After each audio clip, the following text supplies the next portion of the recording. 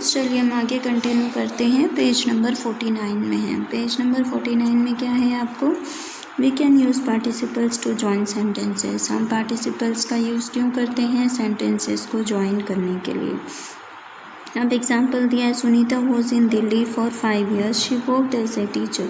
सुनीता जो थी वो दिल्ली में थी 5 साल तक और वहाँ पर उसने एज ए टीचर काम किया था। तो उसको अब हम पार्टिसिपल्स ऐड करके कैसे करेंगे, Sunita was in Delhi for 5 years working as a teacher. He was in the studio, he was painting a portrait. He was in the studio painting a portrait. Rita is trained dancer, she performs well. Being a trained dancer, Rita performs well. तो ये हो गए examples अपने A B C, 3 अलग अलग examples दिए हैं। यहाँ पे हम क्या करेंगे, पहले वाले में वर्कड था, वर्किंग में कन्वर्ट किया। यहाँ पे वॉज पेंटिंग था, पेंटिंग में कन्वर्ट किया। और यहाँ पर बीइंग लगा दिया हमने, तो हमारे सेंटेंस को एक न्यू मीनिंग मिल गया। The more important sentence is taken is the main close and the verb in the other sentence is change into a participle. अब यहाँ पे सेंटेंस में जो चीज़ें बहुत इम्पोर्टेंट होती हैं अपने लिए, जिसके बिना सेंटेंस अधूरा लगे, उसको हम मेन क्लोज बोलते हैं। और जो वर्ब होता है, वर्ब जो दूसरे सेंटेंस के अलावा चेंज किया जाता है कन्वर्ट करने के लिए, उसको हम पार्टिसिपल बोलते हैं। If two things happen simultaneously, we use ing for one of the verbs. अगर दो चीज़ें एक साथ है हमारे सेंटेंस में वर्ब, तो हम एक वर्ब को, मेन वर्ब को ing लगा देते हैं और पार्टिसिपल बना देते हैं। एग्जाम्पल देखिए, she felt thrilled, she began to jump. अब यहाँ पे she felt thrilled, she began to jump. अब feeling thrilled, she began to jump. यहाँ पर इन्होंने उसका टेंस चेंज कर दिया। सेकेंड वाला, he felt excited, he jumped and shouted. यहाँ पर सब्जेक्ट ही है दोनों जगह, इसीलिए उसने कंबाइन किया है। Feeling excited, he jumped and shouted, यानी दो अलग अलग हरकतें। क्या क्या, एक तो वो एक्साइटेड था, एक्साइटेड होने की वजह से उसने जंपिंग भी किया और चिल्लाया भी, इसीलिए उसे कॉमन ले लिया गया। When one action is done before another action, we use having perfect participle for the action first action. अब जैसे कि पहला एक्शन जो है वो चालू ही है और दूसरा भी एक्शन हमारे सामने आ गया है, तब हम क्या करते हैं, पहले वाले एक्शन को परफेक्ट पार्टिसिपल का रूप दे देते हैं। Examples, they played football, they went home. यहाँ पे भी they played football, they went home, दो एक्शन किया, प्लेड और होम जाना। Having played football, they went home, इस तरह से उसे चेंज कर दिया।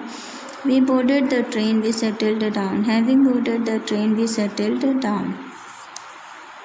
ये हो गए कुछ एग्जाम्पल्स। उसके बाद आपका आ रहा है एक्सरसाइज आपको पीडीएफ के मिसप्लेस्ड पार्टिसिपल्स। अब मिसप्लेस्ड पार्टिसिपल्स क्या होते हैं, देखिए।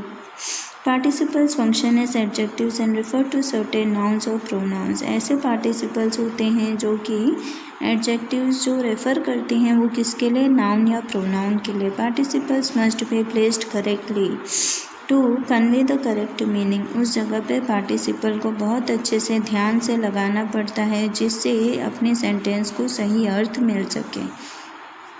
और सही अर्थ मिलने के लिए हम किस में पार्टिसिपल्स का यूज़ करते हैं, नाउन्स या प्रोनाउंस में।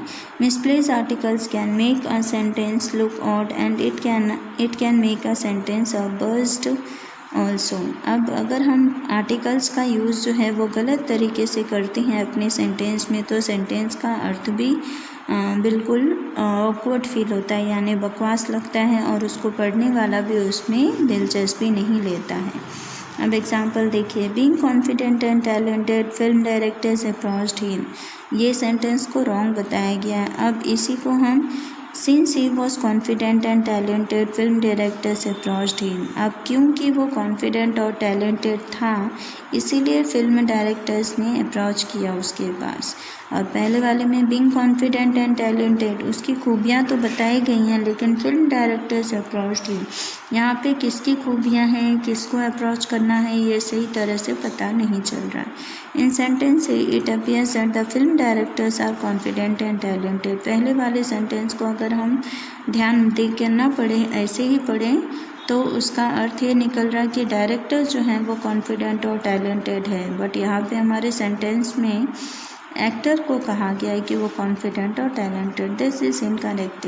Sentence B conveys the correct meaning, और सेंटेंस बी इसलिए बराबर सही अर्थ बता रहा है। उसके नीचे है आपका एक्सरसाइज आपको PDF में मिलेगा। फिर नीचे आपका और एक एक्सरसाइज है। कौन सा एक्सरसाइज है? एक्सरसाइज आपका जी के बाद आ रहा है HI। तो ये एक्सरसाइजेस आपको PDF थ्रू मिल जाएंगे। और इसके बाद में students it means page number 50 में अगर हम देख रहे हैं तो पेज नंबर 50 में आपको समझाने के लिए कुछ भी नहीं है, सारी की सारी चीज़ें आपको एक्सरसाइज के रूप में दी है। देखिए KL और M, तो ये सब एक्सरसाइज हैं। एक्सरसाइज हम आपको PDF थ्रू भिजवा देंगे। Thank you, and with this we complete our chapter.